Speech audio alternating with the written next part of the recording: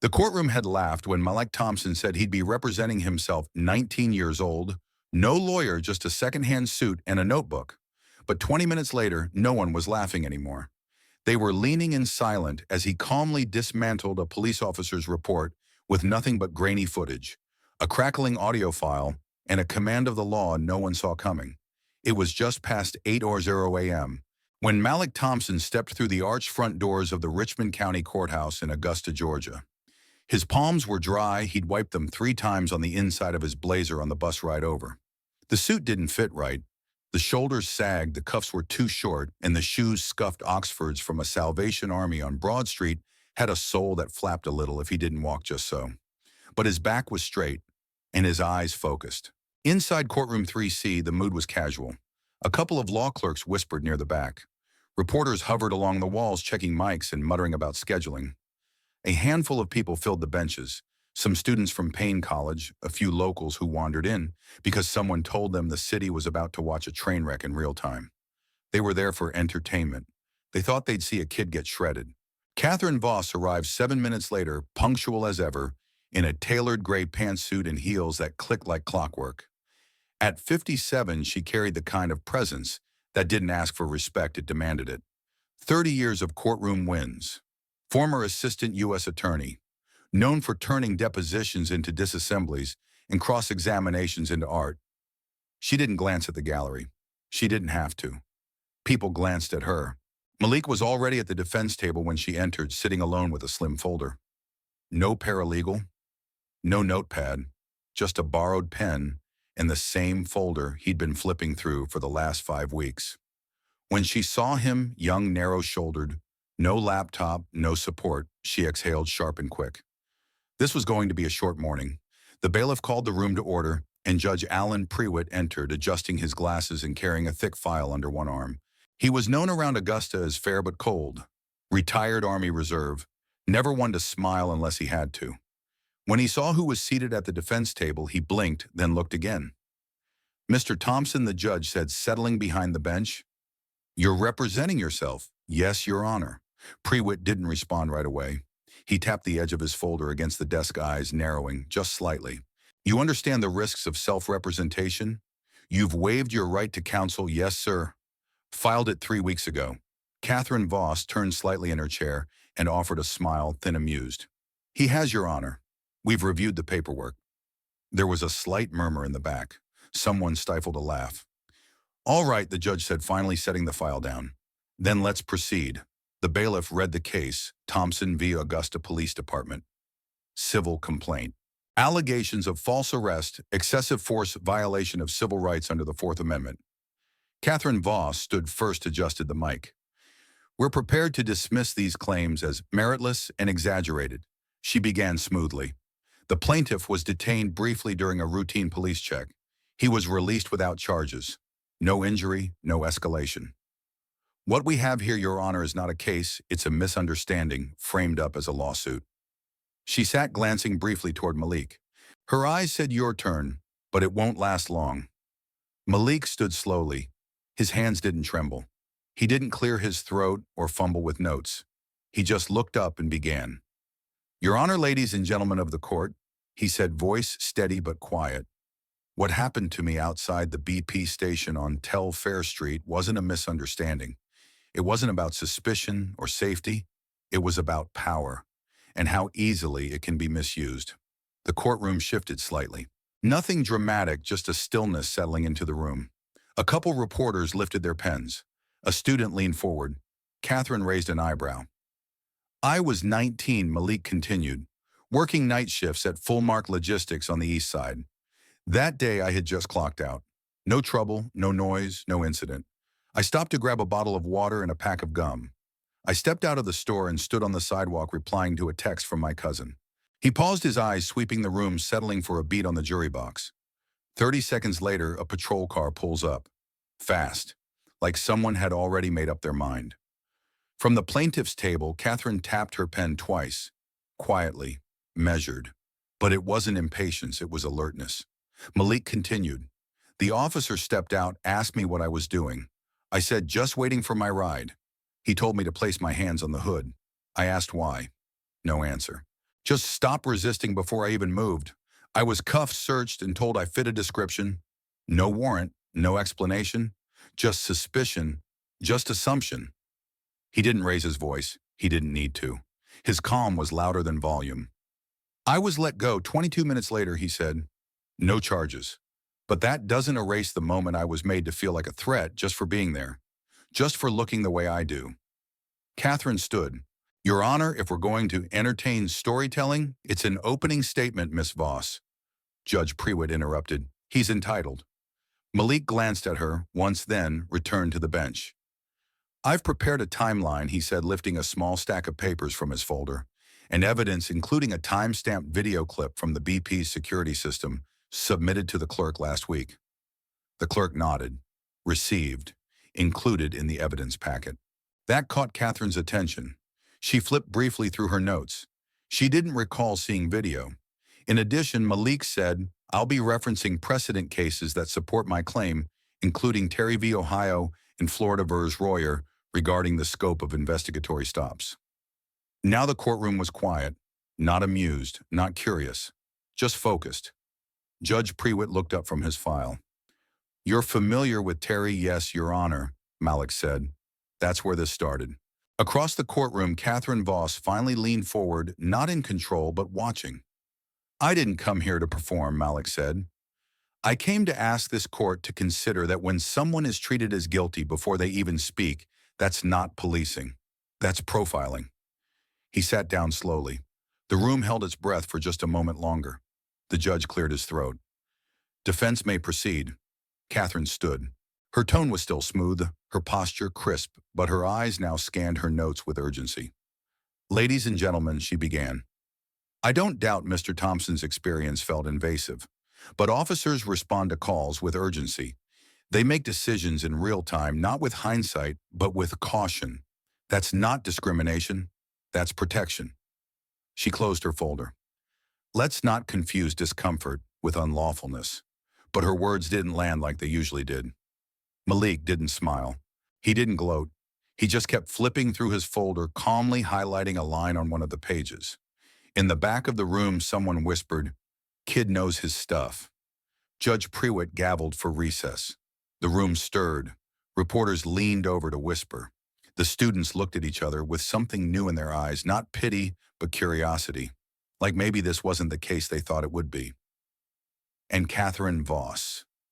She packed her notes slowly, one page at a time. She was still confident, but for the first time in years, she was also curious. Because that young man in the oversized suit, he wasn't playing law. He was practicing it.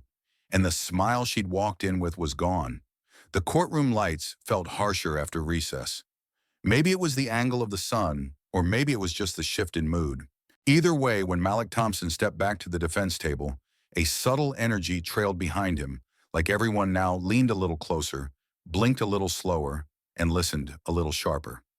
Judge Prewitt resumed his seat, gavelled once, and gestured with a faint nod. Mr. Thompson, you may proceed. Malik rose. He didn't clear his throat. He didn't hesitate. He just walked to the podium with the same quiet steadiness that had erased the gallery's laughter earlier that morning. Your Honor, I'd like to call Officer Brian Salter to the stand. The bailiff opened the side door, and Officer Salter entered in full uniform posture, stiff face unreadable. He moved like a man who had testified before, but maybe not under these circumstances. He sat, swore in, and adjusted the mic. Malik didn't waste time. Officer Salter, he began on February 10th of this year. You responded to a call outside the BP gas station on Telfair Street. Correct. At approximately 6:42 a.m. That's right. And when you arrived, what did you observe? A young male, Mr. Thompson, standing outside the entrance. He matched the description we'd received of a suspicious individual loitering in the area. Suspicious how Salter hesitated, standing around pacing a little, wearing a dark hoodie. No further information, that was the report. Malik nodded. Exhibit A, Your Honor, he said, turning slightly. Time-stamped surveillance footage submitted last week. Judge Prewitt gestured to the clerk. The screen lit up. Grainy footage filled the room. Malik's frame appeared at the bottom left, headphones in hands in his jacket pockets, standing beside the BP storefront. A full 22 seconds passed before he walked inside. Zoom to 6:42, Malik said. The screen adjusted. Now he emerged from the store with a water bottle and a small paper bag. He stood, glanced at his phone. Paused here, Malik said, freezing the screen. This is the moment you arrived, Officer Salter. Yes. Can you point to the loitering behavior? Salter squinted. He's standing near the door. For how long? Salter didn't answer. Malik looked at the screen. 31 seconds. Would you agree? If that's what the timestamp shows, then yes. Malik stepped back from the podium. Officer Salter, did you ask me to leave the premises? No. Did you tell me why I was being stopped? No. Did I resist? Salter's jaw tightened. You didn't comply right away. How long did I hesitate before turning around? Silence. The footage will show 2 seconds. Malik stepped forward again. Your Honor, I'd also like to enter Exhibit B, an audio recording from my cell phone, which was in my jacket pocket at the time of the arrest. Catherine Voss's head snapped up. She hadn't seen this coming. Objection, she said, standing. We've not been given access to any authenticated audio. The clerk spoke up. It was included in the supplemental filing dated 2 weeks ago.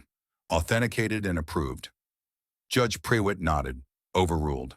Play it. The room went still. The recording clicked to life. Malik's voice was heard soft but clear. What's the problem, officer? Then Salter's voice stopped talking. Hands on the car. Then silence.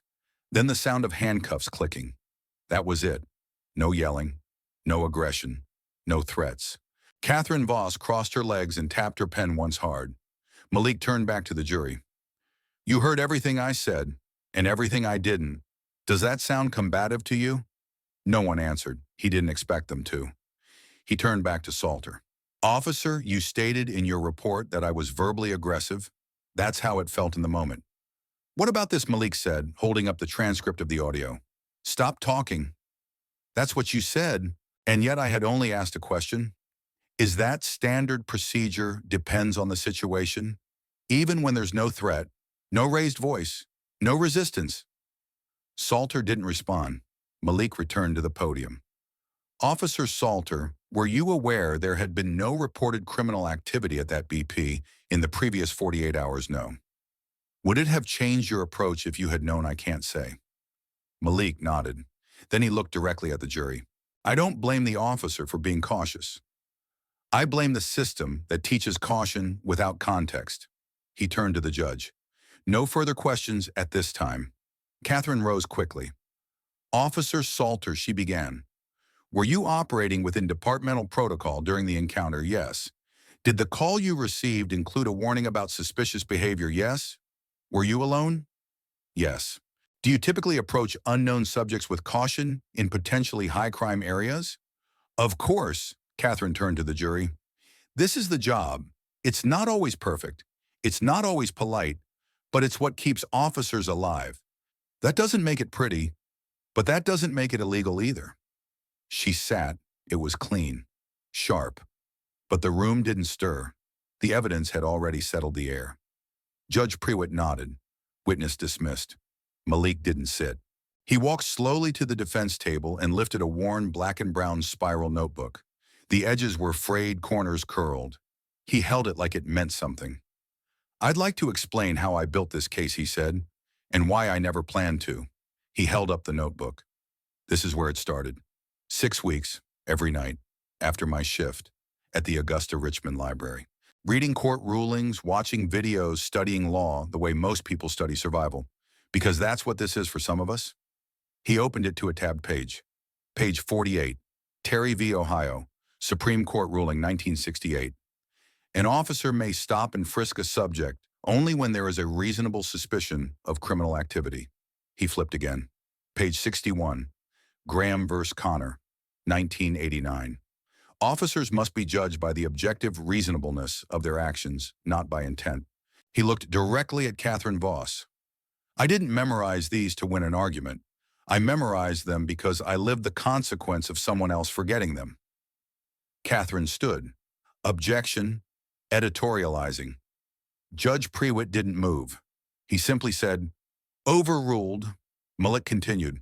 I'm not asking you to condemn this officer. I'm asking you to recognize that this incident wasn't isolated. It was institutional, predictable, repeated, and wrong. He stepped back. Miss Booker, a retired legal aide from St. Mark's AME Church, met me every Sunday to quiz me. She didn't charge me, just brought coffee and conviction. The courtroom was still. The notebook in his hands no longer looked amateur. It looked earned. That's how I got here, Malik said softly. Not with a law degree, just with time and effort and a reason. He paused. The law's not a weapon for the powerful. It's a tool for the prepared. Judge Prewitt watched him carefully, saying nothing. Malik closed the notebook. I rest your honor. And as he sat back down, not a single person in that courtroom looked at him like a kid anymore. The silence after Malik Thompson rested his case wasn't the kind of silence you brace for. It was the kind that stretches out because no one wants to break it. Judge Prewitt didn't speak right away. He sat there for a moment longer than usual, tapping a capped pen gently against the edge of his bench. Catherine Voss shifted in her chair, not to make a point this time, but because she didn't quite know what to do with stillness that thick. She rose slowly, almost cautiously, like the air in the room had changed weight. Her posture was still strong, still practiced, but her expression wasn't. She approached the jury not with the same confident tempo she'd shown before, but with a kind of deliberate calm, like she knew bluster wouldn't work here anymore. Ladies and gentlemen, she began, voice lower than usual. What you've just seen and heard isn't something I'm going to pretend didn't move me. It did. And I'll say it plainly, I underestimated Mr. Thompson. I judged him by his age, by his clothes, maybe even by his silence when he walked in. She paused. No one blinked. But we're not here to evaluate effort. We're here to ask one question: was the officer's action illegal? Or was it a difficult judgment call made under pressure? She turned to face Malik briefly. It's possible for both things to be true, that someone was hurt and that someone was trying to do their job. You have the power to decide where the line was crossed. And with that, she walked back to her seat. No dramatic closing, no final rhetorical swing. Just the facts delivered in a way that suggested even she knew she wasn't the one people would remember when they walked out. Judge Prewitt nodded. Members of the jury, you are now excused to deliberate. The 12 men and women filed out quietly. No glances, no whispers. Just the kind of focus that meant they were carrying more than just the weight of evidence, they were carrying what they felt. Malik stayed seated, hands folded in his lap. He didn't look at Catherine. He didn't look at the gallery. He looked at the same notebook he'd carried through the entire trial, worn and heavy, with scribbled notes, timelines, footnotes. A document built out of borrowed hours and unpaid help. 20 minutes passed, then 30. At minute 35, the door opened. The jury returned. The forewoman, a middle-aged woman in a gray cardigan and running shoes, handed the folded verdict to the bailiff. The bailiff passed it to Judge Prewitt. The judge opened it, read it once, then again slower. Then he looked up. In the matter of Thompson versus Augusta Police Department, the jury finds in favor of the plaintiff. The room didn't erupt. It just exhaled, a long collective breath that had been held since morning. Malik didn't move, not at first. Then as the words settled in the air, he blinked twice and sat back, no smile, no fist pump. Just a slow, measured breath, like someone coming up from deep underwater. Catherine closed her folder without a word. She didn't look angry, just quiet, thoughtful. The judge gavelled once. Court is adjourned. Reporters moved fast, already pulling out phones and recorders. The gallery stirred. A few people clapped softly. One man near the back whispered, "Kid just made history." But Malik stayed seated, his hand resting on the corner of that old notebook. He didn't stand until the courtroom was nearly empty. When he did, Catherine Voss was still there near the defense table, packing up slower than usual.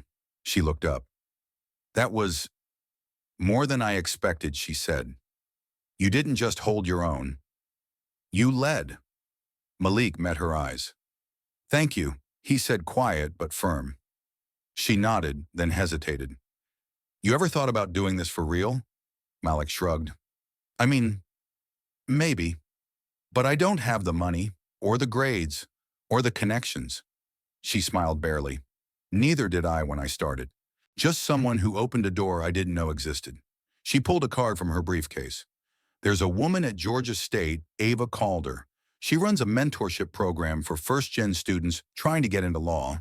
No tuition barriers, just work. I think she'd want to hear from you. Malik took the card. Cream-colored, simple but heavy in the hand. You don't have to thank me, she added quickly. You earned this on your own, good Malik said. Because I wasn't going to. She let out a short laugh and walked away. Outside, the courthouse steps were full. Local Channel 6 had a reporter already broadcasting.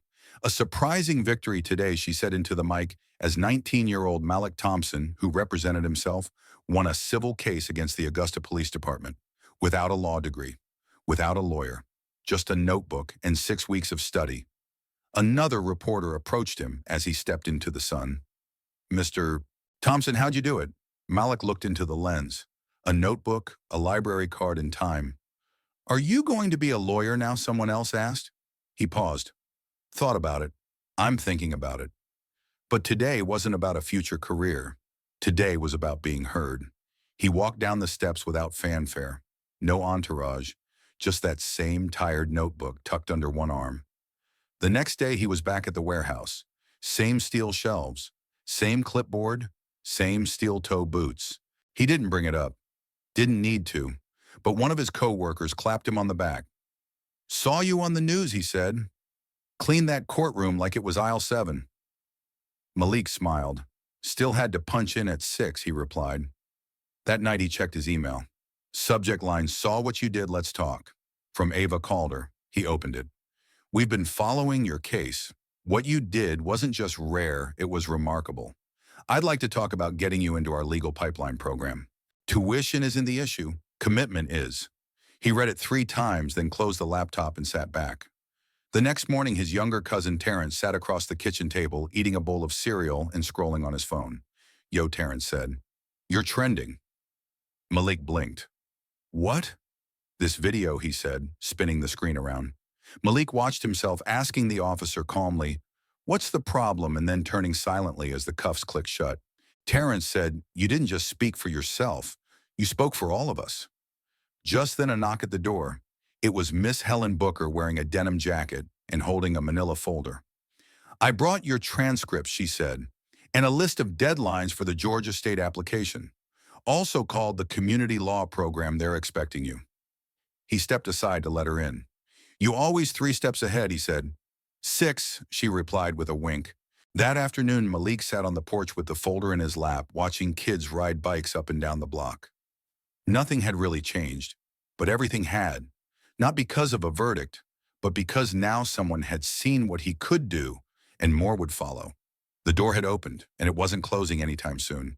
In a world that often measures credibility by credentials, wealth, or how sharply someone's dressed, Malik Thompson's story is a powerful reminder that truth, preparation, and courage still matter, perhaps now more than ever. He didn't have a law degree. He didn't walk into that courtroom with a legal team or a prestigious resume. What he had was a notebook, late-night study sessions, a retired legal assistant who believed in him, and the unwavering belief that his voice mattered. The real lesson here is this: you don't need permission to stand up for yourself. You don't need to wait until you're wealthy, powerful, or well-connected to speak truth to authority. Malik's story teaches us that when the system doesn't open the door for you, you build your own entrance. And when you speak with clarity, patience, and preparation, even the most seasoned professionals have to listen. For anyone who's ever been dismissed because of how they look, where they come from, or what they don't have, this story is your signal. You are not powerless, you are not invisible, and you don't need a title to be taken seriously. What you need is resolve and the willingness to do the hard work when no one's watching. That's what changes things, not overnight, but over time.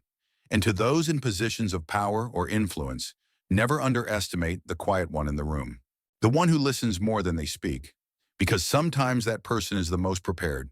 And one day they'll stand up, not just for themselves, but for everyone else who never got the chance. On behalf of U.S. Instructive Stories, thank you for watching, listening, and sharing stories like Malik's. Our mission is to tell the truths that too often get ignored, to shine a light on the quiet fights, the unsung victories, and the powerful people hiding in plain sight. If this story moved you, if it reminded you of someone you know, or of something you've lived through, please share it. These stories don't just deserve to be told, they deserve to be heard. And remember, justice doesn't begin with a courtroom. It begins with the courage to speak. Thank you for being part of this journey. There are more stories to tell, and we'll keep telling them together.